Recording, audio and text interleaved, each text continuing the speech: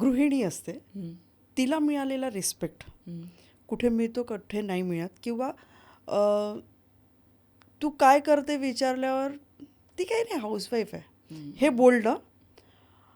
एक व्यक्ती असा बोलतो की ती काही नाही हाऊसवाईफ आहे, आणि दुसरीकडे एक असेही व्यक्ती असतात की आज ती घर सांभाळते म्हणून मी या पोझिशनला आहे. तर हे अप्रिशिएशन किती महत्त्वाचं आहे. मी अजून तरी असा एक उद्धट माणूस पाहिला नाही एकही की जो असं म्हणेल की ती काय फक्त गृहिणी आहे. हे फक्त पिक्चरमध्ये आलंय. काय सांगता? सिरियसली रिअल लाईफमध्ये नाही. मला तर नाही भेटले अजून.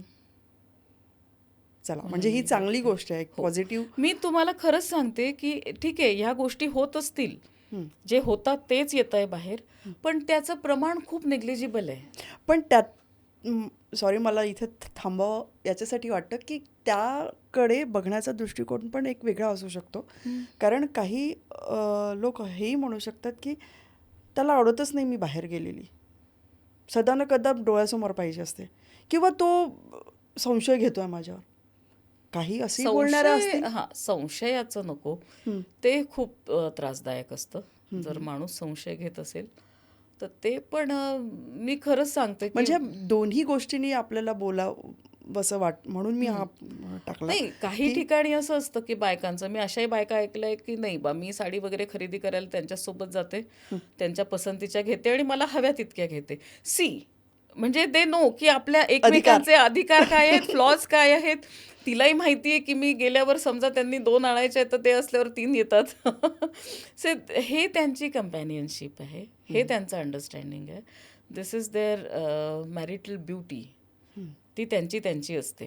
त्यामुळे आज एक गोष्ट जर इकडे आलेली आहे सोशली, ती सगळ्यांना इम्प्लाय नाही होत.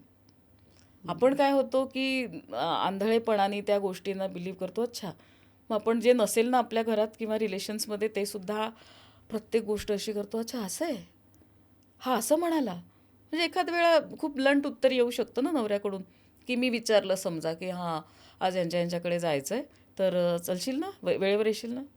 अरे नाही यार, हे तर नेहमीच आहे, तुला माहिती आहे मला उशीर होऊ शकतो. तो त्याच्या फ्लोमध्ये चालला गेला, कारण त्याच्या डोक्यात दुसरं आहे मी प्रश्न विचारताना. किंवा खूपदा माणसांचं असं होतं की आज मला ही भाजी हवी आहे, तिची तयारी झालेली असते, त्याला माहिती नसतं. सो ह्या खूप छोट्या गोष्टी, ह्या फक्त तेवढ्या तात्कालिक आहेत. पण त्या गोष्टींना सिरियल्समध्ये, पिक्चरमध्ये, मीडियावर एवढं त्याला फ्राय केलं जातं की मग प्रत्येकाला असं वाटायला लागतं की अच्छा असं आहे.